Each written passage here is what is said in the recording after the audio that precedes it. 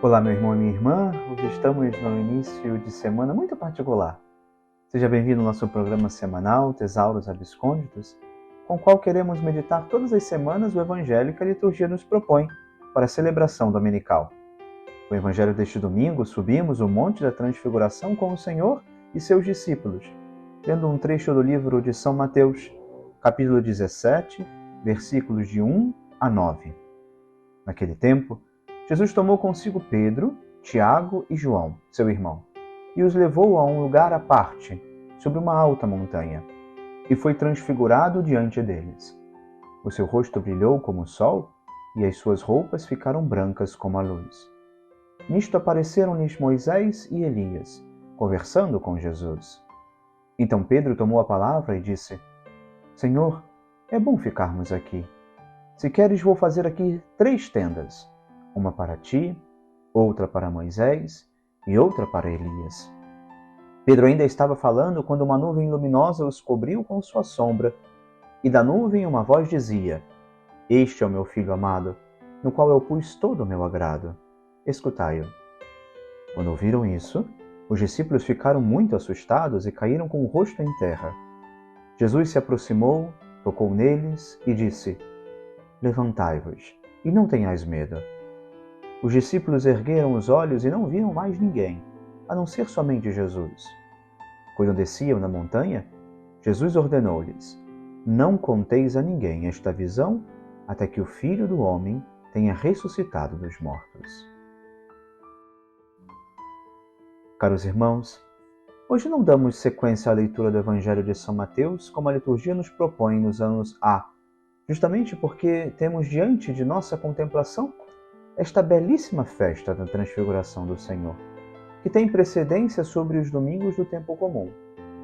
Por isso, e dessa forma, vamos dar um pequeno salto nos capítulos do Evangelho de São Mateus. Hoje lemos o capítulo 17, para retomá-lo na próxima semana. Hoje, então, lemos este início do capítulo 17, a cena da Transfiguração. Precisamos emoldurar nossa cena com alguns aspectos. O primeiro deles, o local, que não é de todo muito claro neste marco. Alguns autores defendem que possa ter sido o Monte Hermon, baseado no dado de que o próprio evangelista faz questão de citar no primeiro versículo deste trecho que escutamos, uma alta montanha. O Monte Hermon é a montanha mais alta da região e está localizado perto de Cesareia de Filipe, onde os eventos anteriores também ocorreram. É um local importante na história da Bíblia e também é mencionado em vários outros lugares, várias outras passagens. Este monte é uma montanha imponente e bela na geografia da Terra Santa. É um lugar de peregrinação para muitos cristãos. Apesar disso, a tradição sempre associou o Monte da Transfiguração ao Monte Tabor, uma colina na Baixa Galileia, na parte leste do Vale de Jezreel, 17 quilômetros a oeste do Mar da Galileia. Seu cume se destaca à distância, e a primeira identificação do Monte Tabor como local da Transfiguração foi feita por Orígenes, no século III, seguido depois por Cirilo de Jerusalém e São Jerônimo, no século IV. A Igreja da Transfiguração, esta basílica, está localizada no topo deste monte e há indícios de que construções estivessem lá já entre os séculos IV e V. No que também nos dá como marco temporal, ele nos coloca esse marco diante de uma realidade que não aparece expressa no texto litúrgico, mas que São Mateus evidencia no seu relato. Et post dies sex assumpti Iesus Petrum, et Jacobum, et Ioannem. Jesus toma consigo 3 de seus discípulos e vai a um local à parte, 6 dias depois. Mas depois de quê? Poderíamos nos perguntar. Depois daquilo que Jesus havia dito no capítulo 16. Se alguém quiser vir comigo, renuncie a si mesmo, tome sua cruz e siga-me. Efetivamente, nesta última ocasião, o Senhor advertia os discípulos sobre a cruz que lhe aguardava. E como também essa mesma perseguição haveria, depois do risco de escandalizá-los, alcançar os que desejassem seguir seus passos.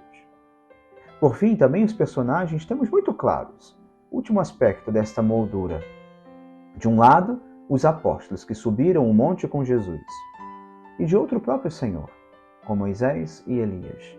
E em meio a toda essa espetacular e surpreendente cena, uma voz que vem do céu: Hic est filhos meus dilectos, este é o meu filho amado, no qual eu pus todo o meu agrado. Escutai-o.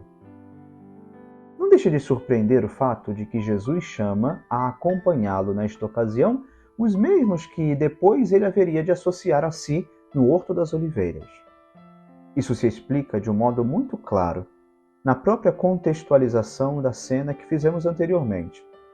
A glória que Deus nos quer fazer participantes está profundamente unida à nossa disposição de seguir o Senhor, tomar sobre nós a cruz de cada dia e seguir seus passos. Todavia, esta mesma cena nos recorda que aquilo que Deus nos tem reservado junto a si supera enormemente, sem medidas, qualquer dor ou pena que precisamos provar ainda nesta vida. Deus está sempre ao nosso lado, caminha conosco, fala ao nosso coração, não se cansa de vir ao nosso encontro. Mas até mesmo os apóstolos, em meio a tudo que viviam ao lado de Jesus, também tinham tentações de desânimo, desalento, falta de esperança. Estavam ao lado de Jesus, porém nem sempre compreendiam suas palavras, sua missão. O Papa Francisco, certa vez comentando esta cena, dizia: eles tiveram a face do amor diante de seus olhos por tanto tempo e nunca tinham percebido como era lindo. Este Evangelho nos ensina, meus irmãos, sobre a importância de estar com Jesus. Mesmo quando não entendemos tudo o que ele diz, tudo o que ele faz, podemos aprender muito com ele. Quando estamos com Jesus, aprendemos a reconhecer a beleza do amor que se doa, mesmo quando carrega os sinais da cruz. Também aprendemos a perceber a mesma beleza nos rostos das pessoas que caminham ao nosso lado todos os dias. Quantos rostos luminosos, sorrisos, rugas, lágrimas, cicatrizes que falam de amor ao nosso redor. Aprendamos a reconhecê-los e a encher nossos corações com esse amor. Essa luz de Deus que ilumina nossa vida, os cantinhos mais escondidos de nosso coração, que brota deste rosto misericordioso de Jesus. Precisamos permitir que permeie toda a nossa existência. Esta luz nos conduza os nossos passos, que ela encaminhe nossa caminhada a um único fim: estar em profunda intimidade com o Senhor, como nos recorda o Salmo 118. A tua palavra é lâmpada que ilumina os meus passos e luz que clareia o meu caminho.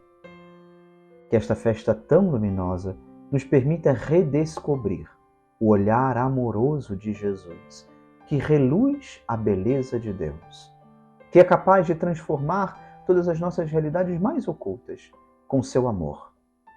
Este Deus que se fez homem para nos fazer participantes de sua alegria eterna, no encontro com Ele e no amor vivido sem medidas.